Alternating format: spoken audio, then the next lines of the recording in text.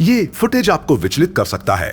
Stand में तालियां बजाता हुआ ये जोड़ा सेलेस्ट और स्टीवन बियर्ड है। वो दोनों अपनी जुड़वा बेटियों जेनिफर और क्रिस्टीना के हाई स्कूल ग्रेजुएशन सेरेमनी के लिए आए हैं।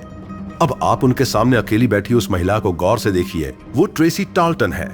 उसे देखकर ऐसा लगेगा जैसे वो जुड़वा बहनों को बहुत पसंद करती है, क्योंकि जब दोनों जुड़वा बहनें मंच पर जाती हैं तो वो तालियां बजाती है। लेकिन लड़कियों को इस बात का जरा भी अंदाजा नहीं था कि इस फुटेज के कुछ ही महीने पहले ट्रेसी मेंटल हॉस्पिटल से निकली थी और वो छुप छुप के सेलेस्ट से मिलती थी और दोनों साथ मिलकर एक ऐसी योजना बना रही थी जिससे जुड़वा बहनों की जान को खतरा था।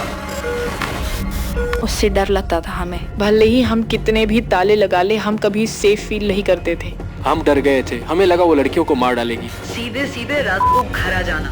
सुना क्या कहा? अगर आज नहीं आई ना तो बहुत बुरा होगा। साल है 1993। 13 साल की क्रिस्टीना अपनी माँ सेलेस्ट और सौतेले पिता स्टीवन के साथ ऑस्टिन टेक्सास में रहती है और उसकी जुड़वा बहन जेनिफर अपने बायोलॉजिकल पिता क्रेग के साथ वॉशिंगटन स्टेट में रहती है। जुड़वा बहनों के माता पिता को उनकी कस्टडी के लिए लंबी लड़ाई लड़नी पड़ी। तलाक के कारण दोनों बहनों को एक दूसरे से अलग अलग रहना पड़ा। एक दूसरे से अलग रहना आसान नहीं था, क्योंकि वो एक दूसरे की बेस्ट फ्रेंड थीं। उसे मिस करती थी। मैं जेन को मिस करती थी, बहुत ज्यादा।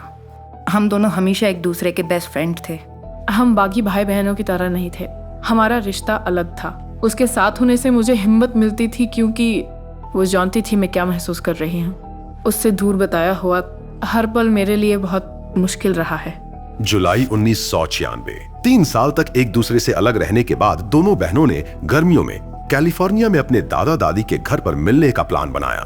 दोनों बहनें एक दूसरे से 2 साल बाद मिल रही थीं। उनकी खुशी का ठिकाना नहीं था।